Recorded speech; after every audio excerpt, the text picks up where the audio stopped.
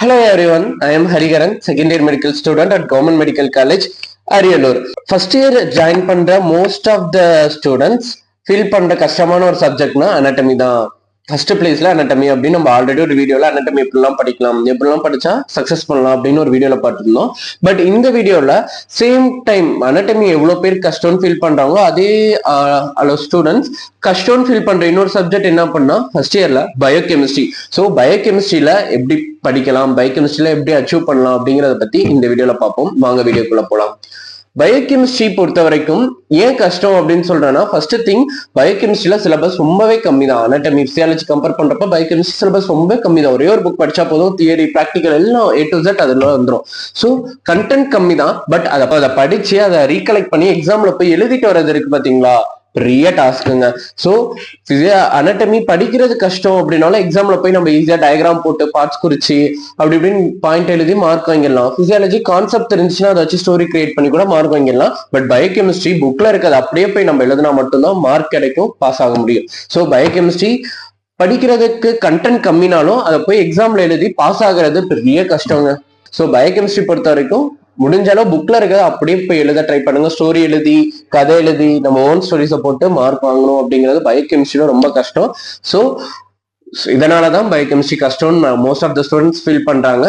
But அதை overcome பண்ணி வரதுக்கு நமக்கு ஏதாவது ஒரு வழி இருக்கும் இல்லையா? அந்த வழி என்ன பண்ணா, எனக்கு என்னோட ஹெச்ஓடி மேம், எங்க காலேஜ் ஹெச்ஓடி மேம் சொன்னது ஒரே ஒரு விஷயம் தான். அந்த விஷயத்த தான் உங்களோட ஷேர் பண்ணிக்க போறேன். அந்த விஷயம் என்ன பண்ணா, ஒரு டைம் படிச்சா பத்தாது, 2 டைம் படிச்சா பத்தாது, 3 டைம் படிச்சா பத்தாது, 4 டைம் மினிமம் படிச்சுட்டு போனா மட்டும்தான் எக்ஸாம்ல ரீப்ரொடியூஸ் பண்ண முடியும் நீங்க படிச்சுட்டு போனது அப்படின்னு எனக்கு சொல்லி தந்தாங்க.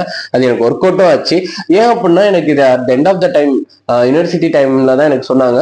நான் வந்து மொத்தம் 8 IAல ஒரு 3 IA தான் பயோகெமிஸ்ட்ரி பாஸ் ஆயிருப்பேன். அனாட்டமி பிசியாலஜினா ஆல் கிளியர். பட் பயோகெமிஸ்ட்ரி நான் ரொம்ப ஸ்ட்ரகிள் பண்ணேன் ஃபர்ஸ்ட் இயர்ல படிக்க. ஒரு 3 IA தான் பாஸ் ஆன, இது எல்லா ஐயுமே எனக்கு அவுட் ஆயிடுச்சு.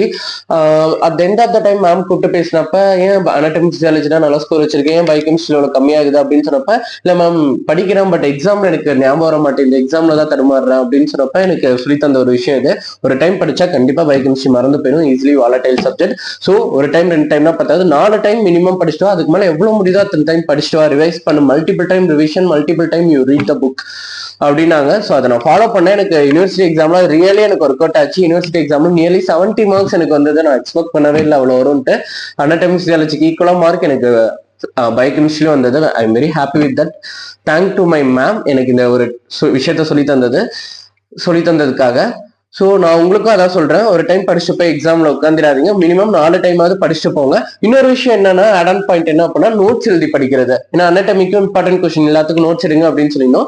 பயோகெமிஸ்ட்ரிக்கும் இம்பார்ட்டன்ட் கொஸ்டின் எல்லாத்துக்கும் நோட்ஸ் எடுத்து படிங்க. முக்கியமா previous year questions and question bank அதுல இருக்க கொஸ்டின்ஸ் நீங்க படிச்சீங்கனாலே most of the syllabus cover ஆயிரும். அதுக்கு முடிஞ்ச அளவு நோட்ஸ் எடுத்து படிங்க.